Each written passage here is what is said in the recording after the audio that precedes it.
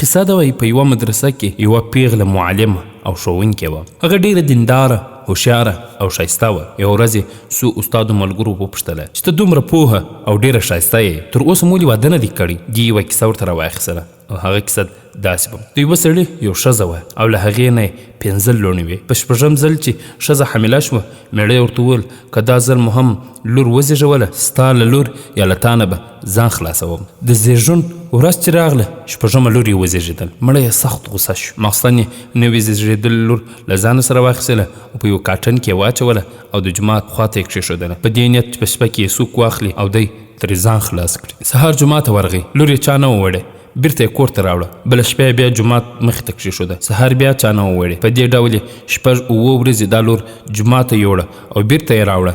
اخر ستړی شو او پرې یې ښودله. په دې سره یې مور هم خوشحاله شوله. د الله جل جلاله شان وګوره، دا ښځه چې 2م ځل حامله شوه، خدای زوی ورکړی، خو په لوڼو کې یوه مړه شوه. د وخت په تېرېدو سره الله جل جلاله دې سړي ته 5 زامن ورکړل، خو چې یو زوی به یې پیدا کېدو، یوه لور به یې مړه کېدله. 5 زامن یې پوره شول، 5 لوڼې یې پاتې شوې. یوازې هغه کشره لور یې پاتې شوه چې پلار به یې جومات ته وړه څو ځان ترې خلاص کړي. څه وخت وروسته یې ښځه هم وفات شوه. زامن یې ځوانان شول او لور یې پیغله شوه. د دې سړي زامن چې ځوانان شول او ودونه یې وکړل او هر یو خپل واده پسې ولاړ. پلار یې له هغه لور سره پاتې شو چې ده به جومات ته وړه چې ځان ترې خلاص کړي.